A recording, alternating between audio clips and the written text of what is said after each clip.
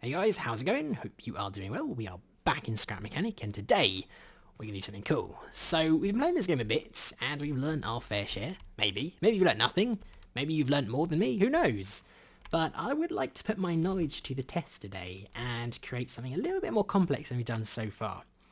So as you can see, we've got this building. I've built it up a little bit over here, but it's missing something. It is missing a centerpiece. Can you see it?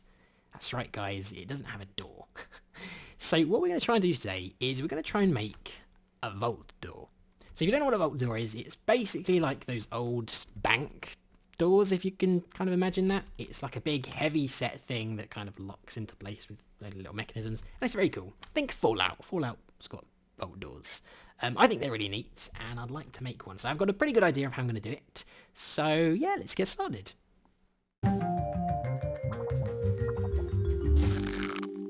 Right, so this is how I envision this is going to work.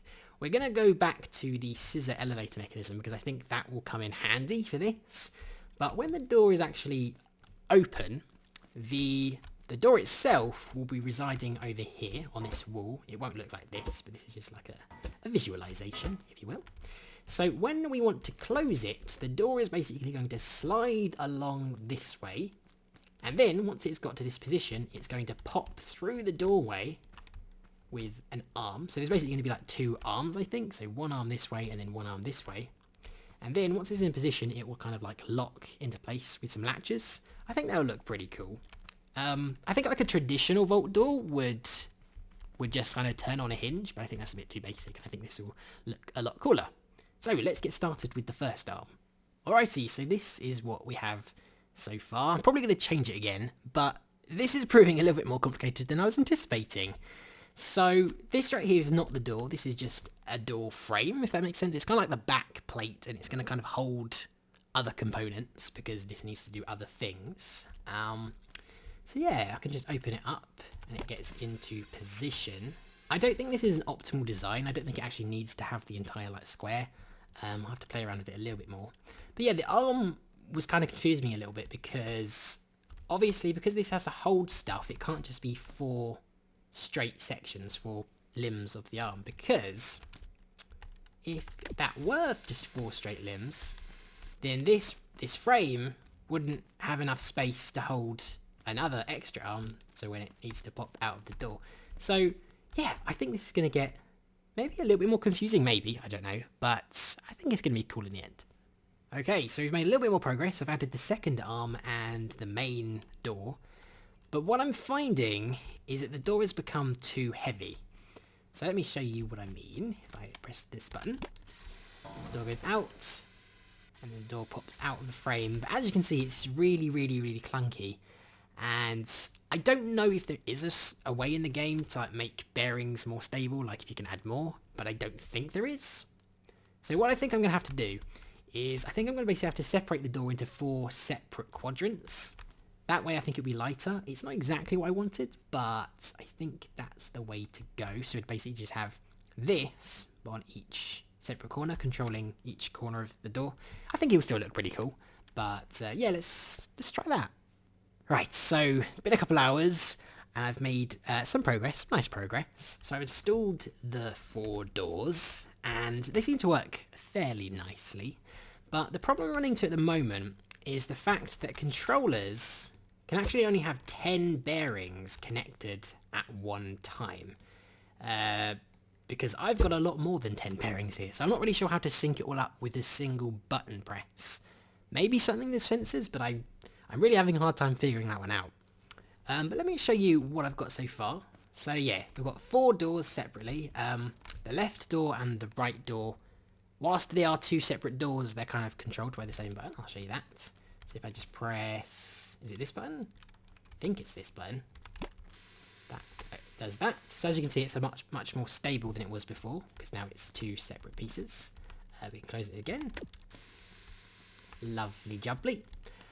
This one I've made a little bit more progress on because I've started working on the second arm.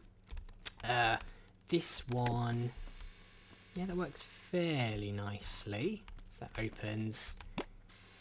Now, when we're actually popping it out through the doorway, it's a little bit clunky, but I think it's better than it was before, so let's take a look at that. So it gets a little bit jammed, but it does eventually get around about to the right place. This is what it looks like from the outside. This is like subject to change.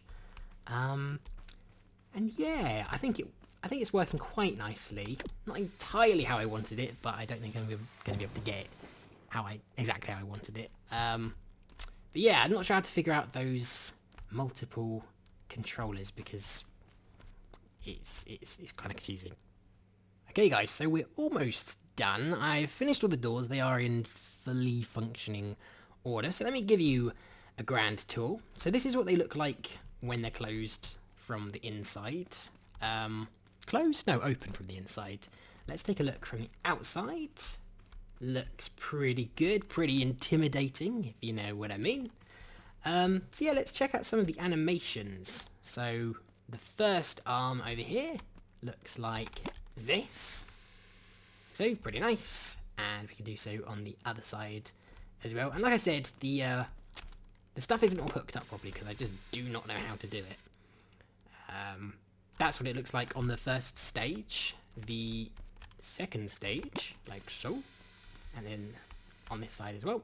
It looks pretty good. That's what it looks like when it's actually closed. Let's take a look from the outside.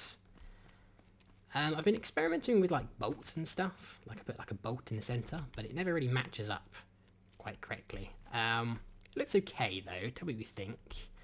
You know what? I think this door is pretty cool. It does still need some work because obviously it would be nice if we could just hit one button, it all opens up. But like I said, I don't know how to do that. You know, one thing that I did notice was that I built this in a pretty shady area. There's that bloody tree in the way, making it all dark. So I was thinking we could maybe add some lights onto the front. I don't think these actually like illuminate anything, but they could look kind of interesting if we did it sort of like... So that's there, that's there. Kind of spaced it. Is that 2 between there? Yeah, 2 between there. Something like that. That does look quite nice, actually. But yeah, I don't know if it actually illuminates anything. It seems to just kind of...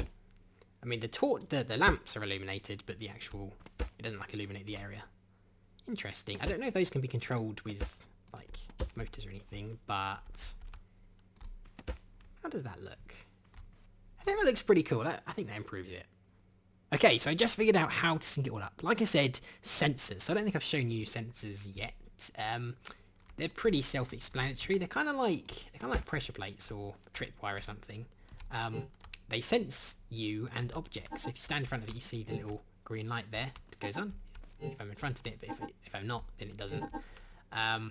So basically, if we just hook a bunch of these up at the front, then we should be able to open it. So the closing is a little bit janky, but it does seem to work. So let's have a look.